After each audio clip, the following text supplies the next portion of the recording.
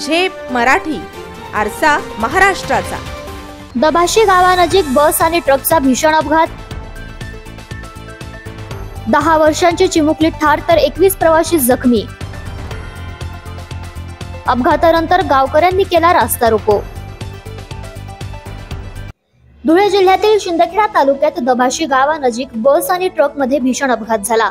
राष्ट्रीय महामार्ग क्रमांक 3 वरून ही बस आज 29 जुलै रोजी सकाळच्या सुमारास शिरपूरहून शिंदखेड्याकडे जात असताना ही घटना घडली। शिंदखेडा डेपोची बस दभाशी गावाजवळ पोहोचली असताना धुळ्याहून इंदोरकडे जाणाऱ्या ट्रकने बसला समोरून जोरदार धडक दिली।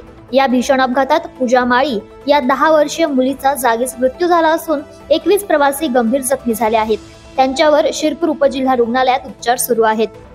अपघातानंतर दभाशी गावातील रहिवाशांनी संताप व्यक्त करीत महामार्गावर अर्धा तास रास्ता रोको आंदोलन केले। या महामार्गालगत गाव असताना देखील डिवायडर नसल्याने नेहमीच अशा घटना घडतात असं स्थानिक रहिवाशांचं म्हणणं आहे। आंदोलनामुळे 4 ते 5 किलोमीटर पर्यंत वाहतूक ठप्प झाली होती। मी विकास दिलीप पाटील, दभाशीतील सरपंच प्रतिनिधी।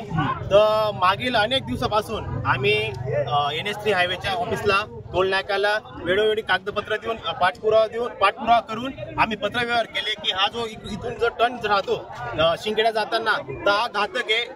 बहुतेक वेळेस इथे ऍक्सिडेंट झाले, 2-3 वेळेस इथं डेथ पण झालेली आहे।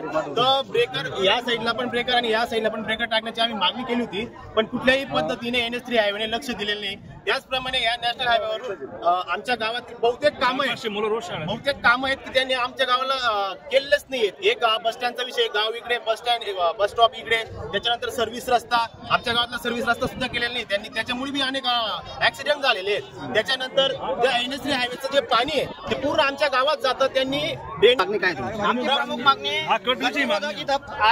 आताच पाहिजे, आम्ही तोपर्यंत ट्रॅफिक हालून देणार नाही, जोपर्यंत गतिरोधक बनत नाही तोपर्यंत आम्ही।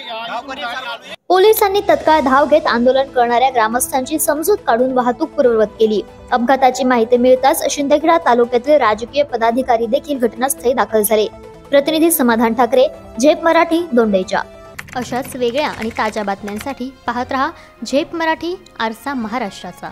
संपादक प्राध्यापक अनिल चव्हाण, धुळे।